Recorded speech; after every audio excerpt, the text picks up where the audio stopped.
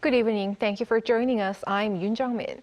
South Korean President Yoon Suk Yeol is in the Lithuanian capital of Vilnius to attend the annual summit of the North Atlantic Treaty Organization. A day before he attends the session for partner countries, he is taking steps to ramp up Seoul's relations with NATO as well as countries on a bilateral level to cooperate on pressing global issues.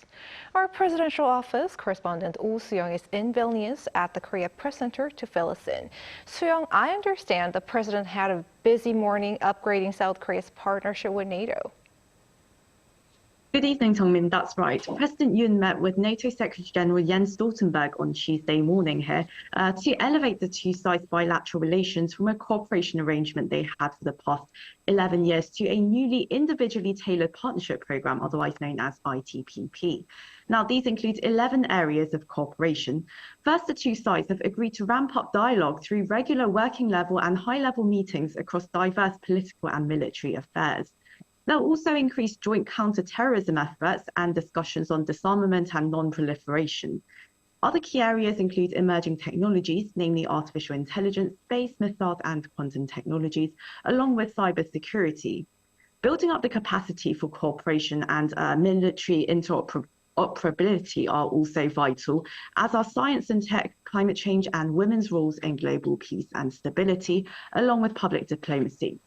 Now, this document marks a higher and broader level of cooperation for a NATO partner country, and the focus areas mentioned are also key to addressing North Korea's nuclear threat, according to a presidential official. Now, Yoon and Stoltenberg in particular, they discussed ways to ramp up information sharing as well as cyber defense cooperation, according to Yoon's office.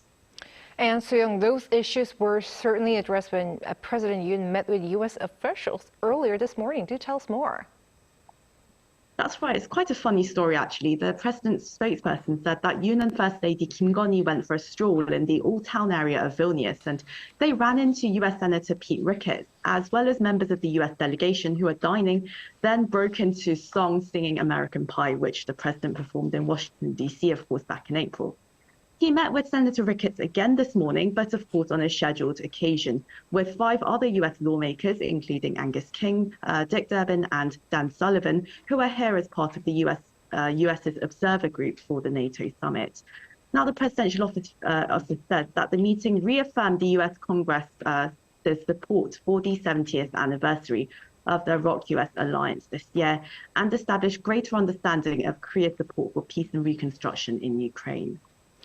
And he will be engaged in numerous diplomatic meetings. Now, eyes are on if and when the president will meet his U.S. and Japanese counterparts at the NATO summit as he tries to strengthen the North Korean nuclear agenda.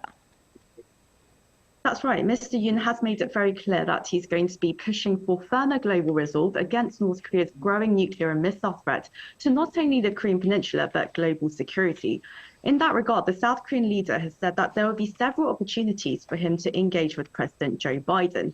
Now, there is a chance that the two leaders could meet at the banquet event for NATO's partner countries tonight, or that would be very early in the morning in Seoul, of course. A separate meeting with Japanese Prime Minister Fumio Kishida is currently being arranged, with the agenda likely to include Tokyo's plan to release wastewater from the Fukushima nuclear power plant into the ocean, which has, of course, been a huge concern, a bilateral sticking point. So I'll be keeping you updated on all of these, of course, but that's all from me for now. Back to you, Jungmin. Thank you for keeping us updated, Sooyoung. Take care out there.